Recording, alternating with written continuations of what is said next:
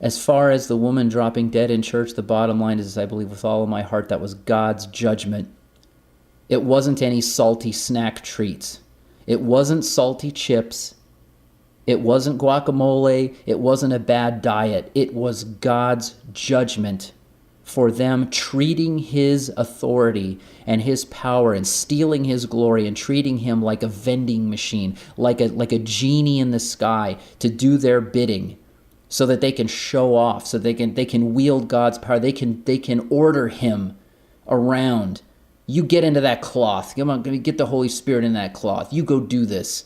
You don't order God around. God is sovereign and he is almighty and he will not be trifled with.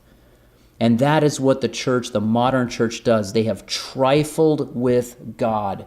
They treat him like he is a vending machine, like he is a galactic lottery, and they're just trying to get the payout. And they just give a little bit more money and they confess a little bit more because at the end of the day, they are not interested in the fruit of the Spirit.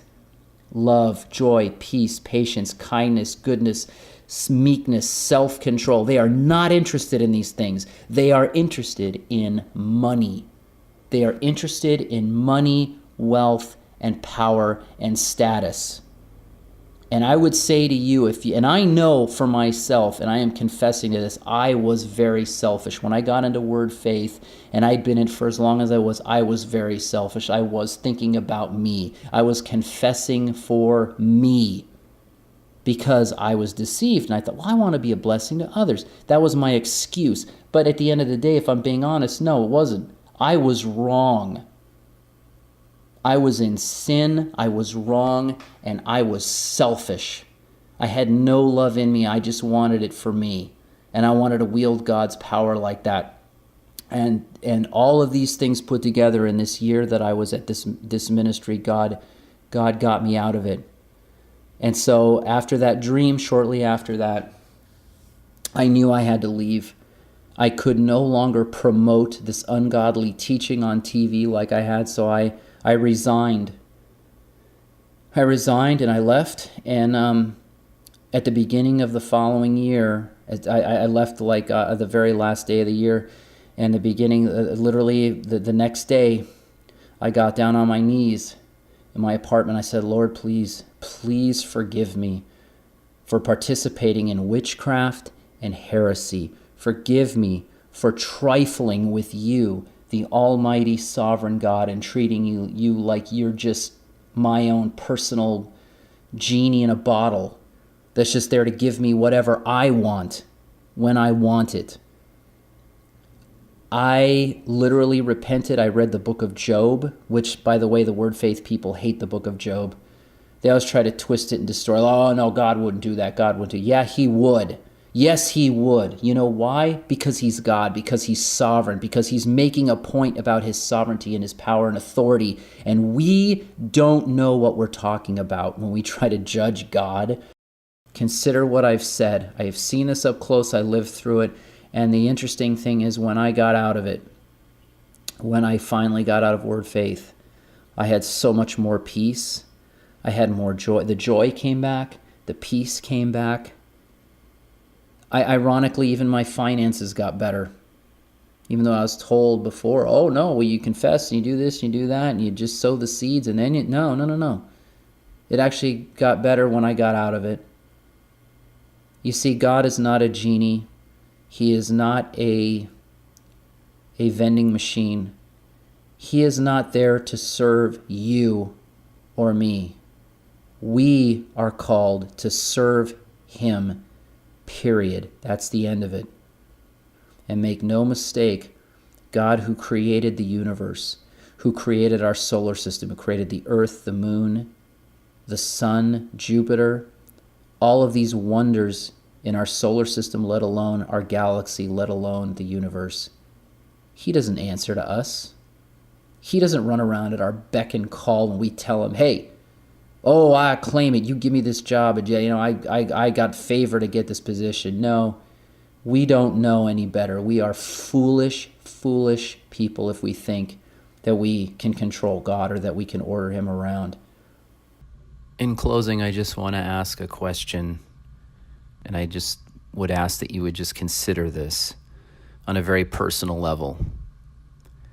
Is Jesus enough for you? And by that I mean, is his priceless gift of salvation, reconciliation with God, forgiveness of sins, is that enough?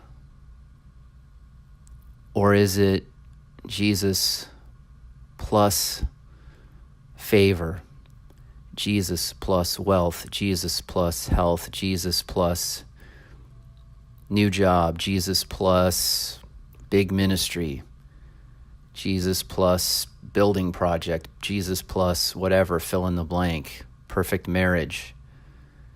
Friends, if we're adding things after Jesus has already done everything, he has gone above and beyond, way above and beyond for us on our behalf when we did not deserve it.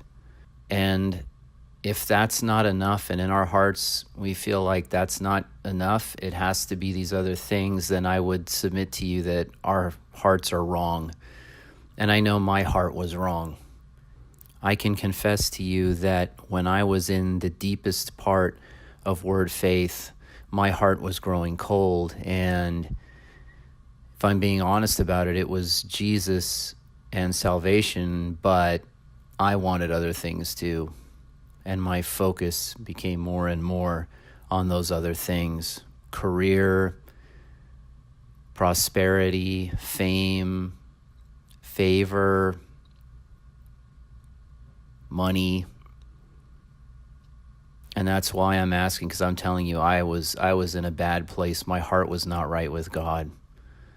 So in closing, please just consider what I've said. Consider what you've heard, and if you're willing, maybe humble yourself and ask the Lord, Lord, am I deceived? Is my heart right with you? Because friends, I can tell you, and I may cover this in another video, but there is a cliff, a precipice that lies at the end of the road of word faith that many don't even see coming, but it crosses a line that should never be crossed. So in closing, may God give you wisdom. May he give you grace.